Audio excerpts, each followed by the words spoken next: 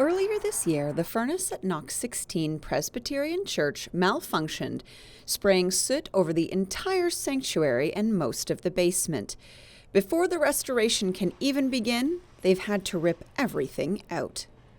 We have to take out anything that was touched or covered by the soot.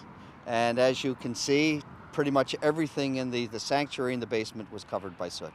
So for the last 2 weeks, what the company's been doing has been cleaning out everything that needs to be taken out. And it's now pretty much getting close to an empty shell.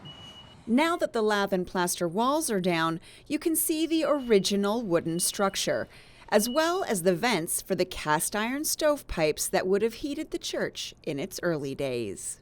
It's really kind of exciting and interesting because of the history and the heritage that it represents. I mean, as I said before, this was the church that was first built to service the religious and spiritual needs of the community of Proudfoot's Hollow that was down in what's currently Lions Valley Park. So it's really kind of interesting to see that and to know that this was once a wooden structure that was heated by wood stoves and had kerosene lamps, and it was a simpler time and a different time. In the basement, the kitchen and multipurpose room had to be completely gutted. Additional supports were installed to accommodate the heavy scissor lifts needed in the sanctuary.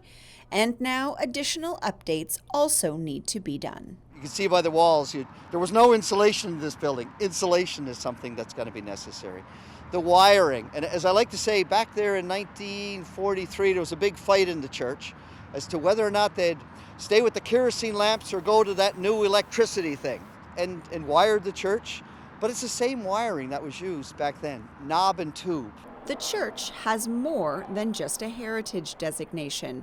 In fact, the building and surrounding cemetery were designated a cultural landscape in 2020. Because it's still doing what it was designed to do. When the congregation formed and decided to build this church and be able to bury their loved ones in the cemetery, we're still doing that today. So, we reach out into the community as best we can.